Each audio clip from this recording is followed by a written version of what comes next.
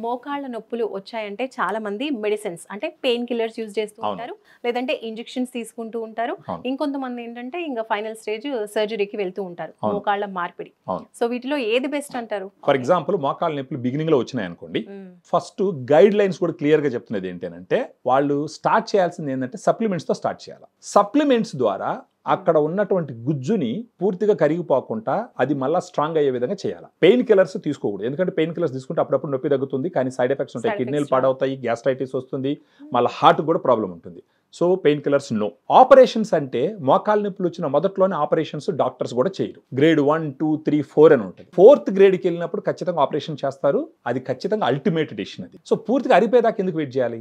మోకాళ్ళ నొప్పులు వచ్చిన మొదట్లోనే సప్లిమెంట్స్ వాడుకోవడం ద్వారా వాళ్ళ మోకాళ్ళ నొప్పుల్ని తగ్గించుకొని న్యాచురల్ గా బతకచ్చు.